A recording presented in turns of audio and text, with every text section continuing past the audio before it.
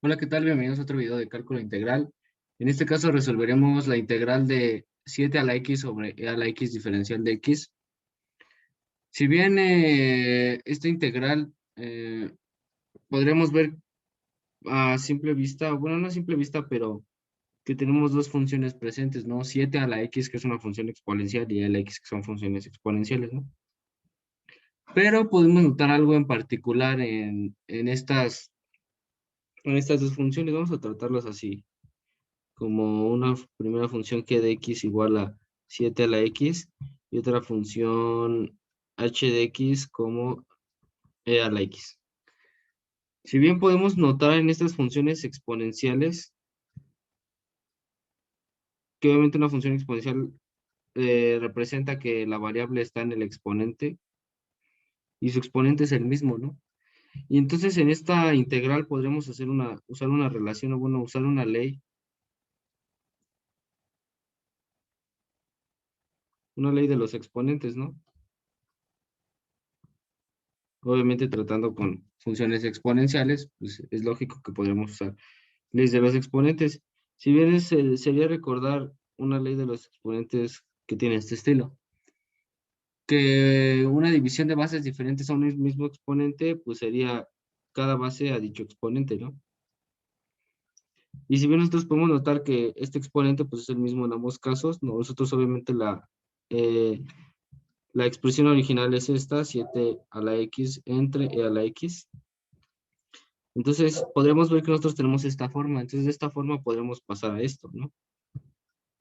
Entonces, podremos verlo de la siguiente forma, como 7 entre e y todo esto a la x. Y si bien esto de qué me sirve, o sea, bien sustituyendo eso me quedaría 7 entre e a la x diferencial de x, ¿no? ¿Esto de qué me sirve? Pues si bien, si ven esto, 7 entre e, 7 pues es un número, podríamos decir que es un número entero. 7 es un entero. Y pues e es un número racional, ¿no? Que diga un número irracional. Entonces, al final de cuentas, un número cualquiera, entre otro, pues me va a seguir dando un número, vamos a poner un número n mayúscula. Obviamente que pertenece a los reales, ¿no? Ya habíamos quedado que estos dos conjuntos están dentro de los reales, entonces, si son diferentes, pues al final de cuentas van a formar un real. Entonces, podríamos tratar todo esto como un número, ¿no? Es más, hasta para no confundirnos, vamos a hacer un pequeño cambio de variable, nada más diciendo que 7 entre e, esto nada más es un número. No haría falta diferenciar esto, nada más indicar que todo esto de aquí es un número n. Entonces nos quedaría así. No hace falta diferenciar esto porque al final de cuentas la variable no la estamos afectando, sigue siendo x.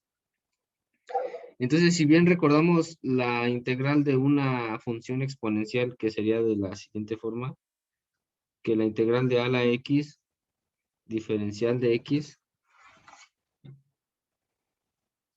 pues, o bueno, más bien a la u, vamos a ponerle a la u, diferencial de u, es igual a la u entre logaritmo natural de a, y obviamente esto más una constante de integración. Bien, si aplicamos esto a esta integral, pues nos quedaría, recordando que es la integral de n a la x diferencial de x, recordando otra vez que n, todo esto es un número formado por la división de 7 entre. Recordando que este, aunque sea una letra, es un número conocido, que es el número neperiano, que vale, que más o menos, no me acuerdo muy bien, pero vale 2,50 y tantos, ¿no? Por ahí más o menos el valor. No es necesario saber cuánto vale con exactitud, pero al final de cuentas esto es un valor, ¿ok? Y entonces este número entre este me va a dar otro número. Entonces esto no lo estamos haciendo con fines más ilustrativos.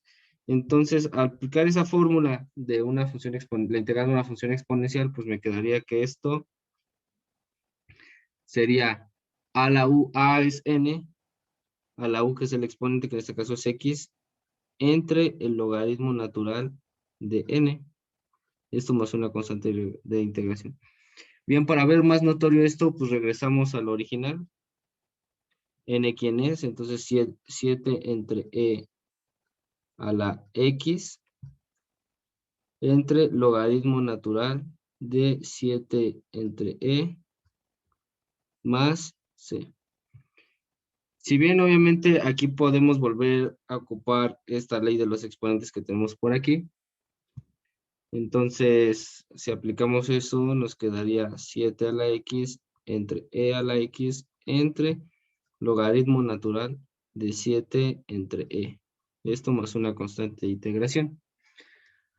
Bien, y aquí podríamos ocupar una propiedad de los logaritmos, básicamente que el logaritmo de cualquier base del argumento A menos el logaritmo de cualquier base del argumento B.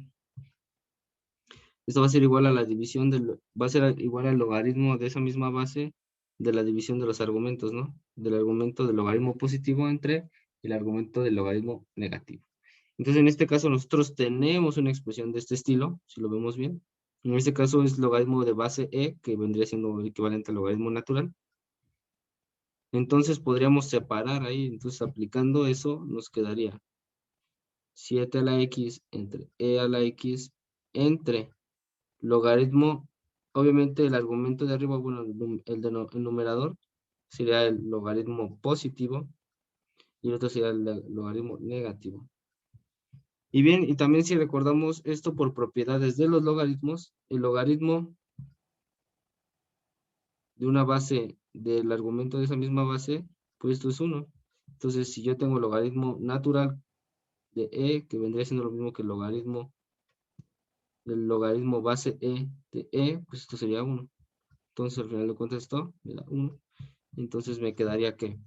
Me quedaría 7 a la x entre e a la x sobre logaritmo natural de 7 menos 1. ¿Y qué más? Entonces, al realizar esta división, podremos aquí aplicar la ley del sándwich. Podemos tratar todo esto como un número. Su denominador sería 1. Entonces aplicamos la ley del sándwich, pan con pan, jamón con jamón. Entonces me quedaría 7 a la x entre e a la x por todo esto que está aquí, todo esto que está aquí adentro. Todo esto.